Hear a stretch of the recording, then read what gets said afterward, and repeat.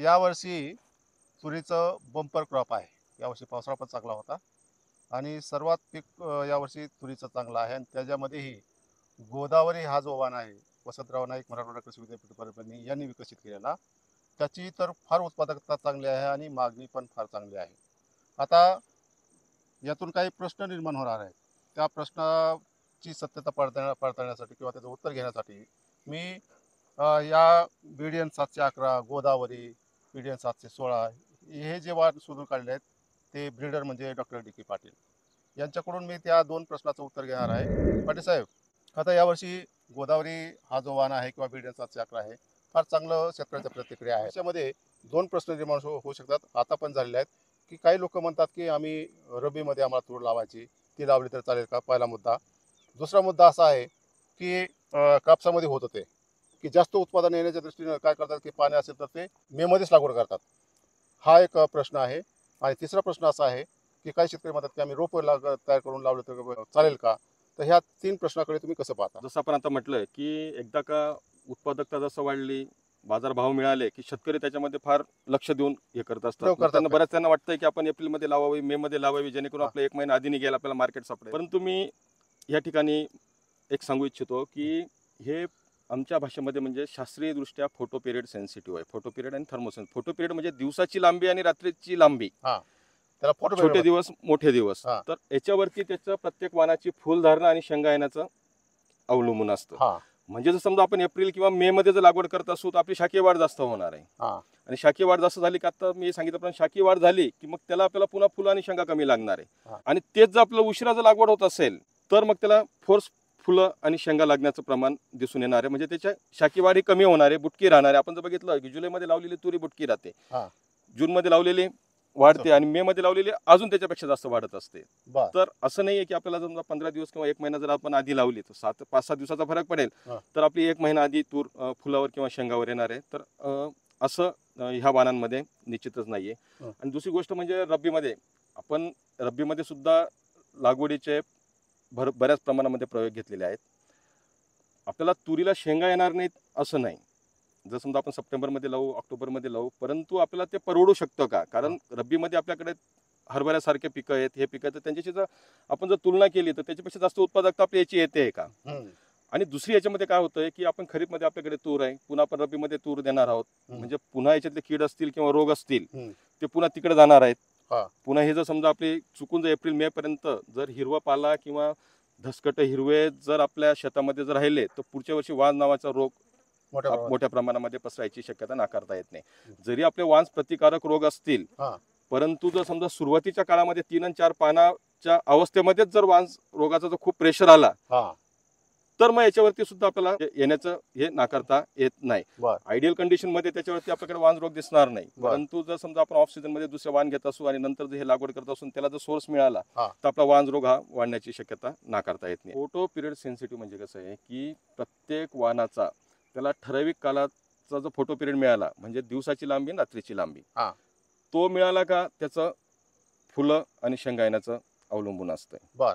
हे प्रत्येक वाणाचं वेगवेगळं असतंय. आपण जर मे मध्ये लावली तर शेवटी फुलं आणि शेंगा त्याला त्याच वेळेस लागणार आहेत की ज्यावेळेस त्याला त्याचा फोटो पिरियड मिळणार आहे. फक्त फरक काय पडेल की शाकीय वाढ ही जास्त होणार आहे. तेच आपण जुलैमध्ये आपला नॉर्मल सीझन जो आहे की ह्या वर्षी आम्ही बऱ्याच शेतकऱ्यांना सांगितलं की ह्या वर्षी उत्पादकता वाढण्याचं हेही एक मोठं कारण आहे की जवळपास आपल्या मॅक्झिमम म्हणजे जास्तीत जास्त क्षेत्र हे जून मध्ये लागवड झालं, 15 जूनच्या आसपास. जर आपली तुरी 7 जून ते 15 जून किंवा 20 जून पर्यंत जर लागवड होत असेल तर आपण समजून घ्यायचं की 25% तूर आपली तिथेच आपण जिंकलो 25% जिंकलो. प्रॉपर टायमाला झाकल्यामुळेच आपल्याला हे यील्ड दिसतंय. आणि पावसाचा खंड नाही, पावसाचं व्यवस्थित होत आहे. आणि मागच्या वर्षी थोडासा रेट जास्त झाल्यामुळे यावर्षी शेतकऱ्यांनी काळजी घेतली. आतापर्यंत बघितलं बऱ्याच शेतकऱ्यांचा विचारलं तुम्ही तर ते म्हणतात की आम्ही गुंडी अवस्थेमध्ये फवारणी केली की त्या ठिकाणी जसं तुम्ही म्हणाल की लागवड व्यवस्थित झाली तर 20% आपल्याकडे येणार आहे. गुंडी अवस्थेत आपण जर फवारणी केली तर अजून समजायचं की 20 ते 25% तूर आपल्या हातात येणार आहे. तर ह्या वर्षी ह्या सगळ्या गोष्टी झाल्यामुळे आपल्याला हे सगळं दिसतंय. आणि तापमानाचं एक असं आहे की हे थर्मोसेन्सिटिव्ह आहे. म्हणजे जर खूप सडन जर वातावरणामध्ये जर समजा तापमान जर बदलत असेल तर त्याचं सुद्धा याच्यावर आपण बघतो की आता या ठिकाणी आपण जरी बघतो ना की ह्यावरती बघा तर ह्यावरती इथे आपल्याला शेंगा लागलेला दिसत नाही. शेतकऱ्यांनी एक लक्षात ठेवायचं की याच्यावरती आपलं उत्पन्न खूप मोठ्या प्रमाणात अवलंबून खाली शेंगा आहेत हा. पण वरती शेंगा नाहीत. हा. तर ढगाळ वातावरण हा. जर फुलावस्थेमध्ये कळी अवस्थेनंतर ज्या फुलावस्थेत जर तूर असेल त्यावेळेस जर ढगाळ वातावरण हा. आलं किंवा धुळी आली हा. तर 100% आपले फुलं हे गळणार आहेत. बर. आणि एक शेतकऱ्यांनी हेही लक्षात घ्यायचं आहे की तुरीमध्ये आम्ही प्रत्येक वेळेस सांगत असतो की फक्त जेवढे फुलं लागतात त्याच्या फक्त 18 ते 20% फुलं हे शेंगांमध्ये रूपांतरित होणार आहे. बर. बऱ्याच वेळा काय होतं की खाली आपल्याला फुलं दिसतात, आपण कृषी सेवा केंद्रात जातो ते आपल्याला टॉनिक मारू का हे मारू का गरज नाही, फक्त आपले 20%च फुलं हे शेंगांमध्ये रूपांतरित होणार आहे. आपला जो खेळ हा सगळा 20% आहे. बर. आणि त्याच्यामध्ये जर समजा आपले 4 आणि 5% जर वरती खाली राहत असतील हा. तर मग आपलं खूप मोठ्या प्रमाणामध्ये नुकसान होतं. तर मी जसं म्हणतो की थर्मोसेन आता जसं आता ढगाळ वातावरण आलं हा. अजिबात तुरीला मानवत नाही.